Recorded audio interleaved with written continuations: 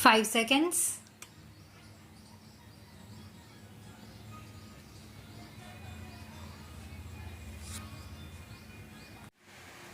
I am glad to know that Kerala has launched a massive decentralization drive to break this impasse. Effective decentralization will meet the challenges of development. I am sure the unique People's Planning campaign in your state has addressed this issue. Increase in agricultural production and productivity by better use of local resources, halting environmental degradation through local action, improvement in delivery of services through local control, and higher investment in priority areas through reduced leakages and the mobilization of local resources are the fruits of decentralization.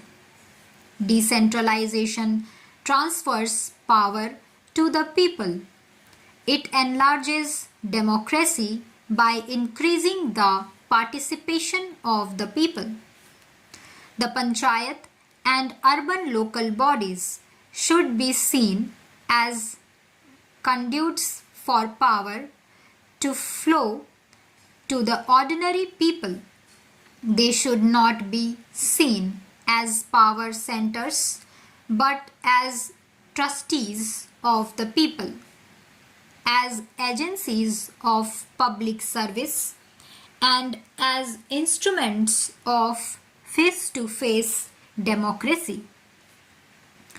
For decentralization to be effective, it has to be free from corruption, nepotism, and patronage. This can be done only if there is scope for genuine people's participation.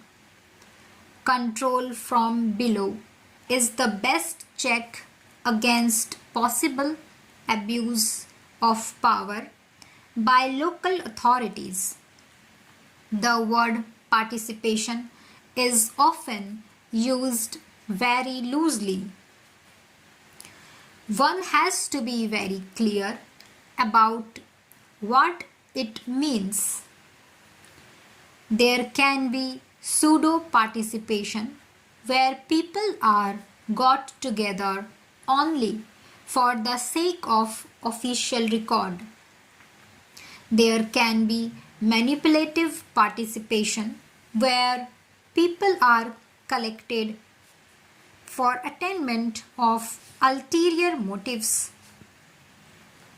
Genuine participation involves not merely giving a voice or the freedom to air opinions, grievances, and demands.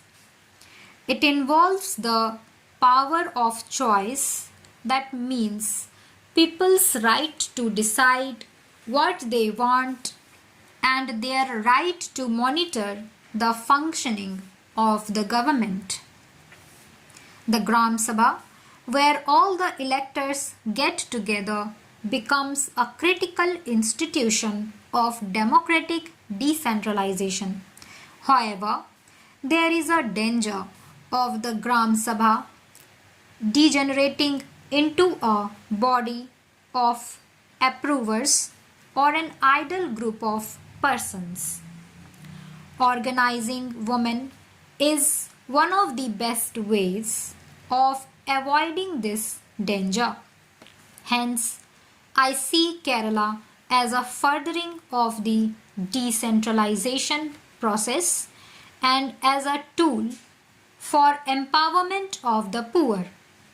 Dear friends, the whole nation is watching this program with interest. I assure my personal support, the support of the government in New Delhi to the success of this project and its possible use elsewhere. In matters relating to the nation's development, there should be no politics. I consider it a privilege to be present on this important occasion.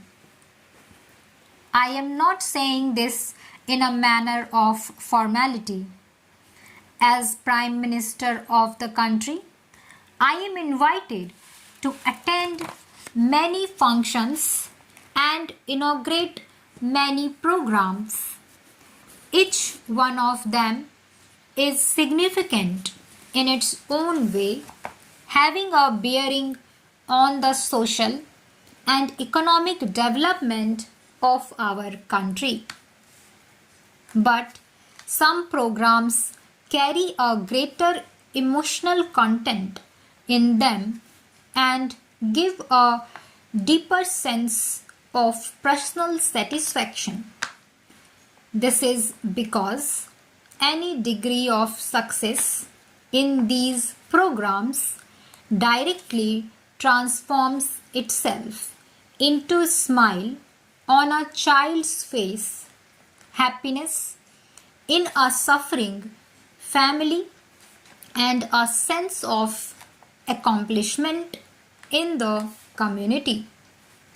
Today's program is one of them, as I inaugurate the National Pilot Project for yearly intervention to prepare the mentally challenged persons to integrate with family and community.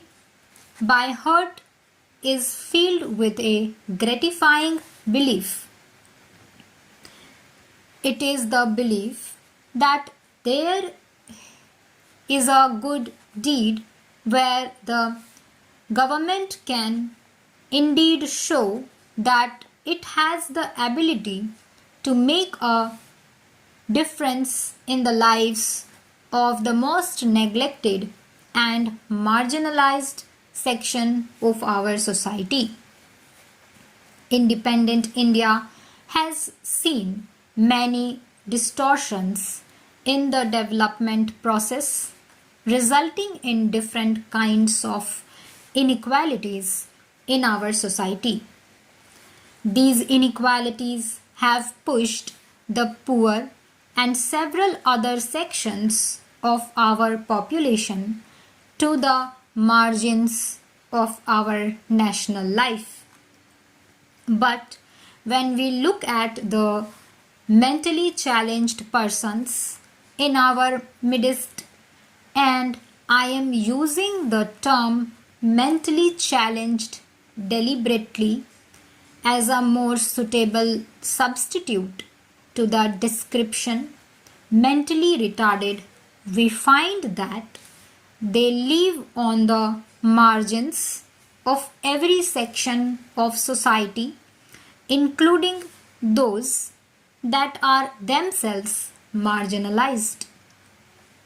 Bearing happy exception, mentally challenged persons live a life of exclusion as much in a rich community as in a poor community. With exclusion comes apathy and indifference and even carelessness. This depends the distress of those suffering from developmental disabilities.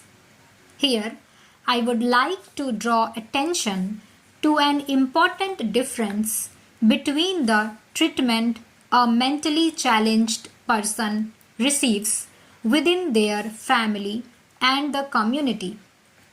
Family is still a strong institution in India, even though it is coming under many negative pressures, especially in cities and towns.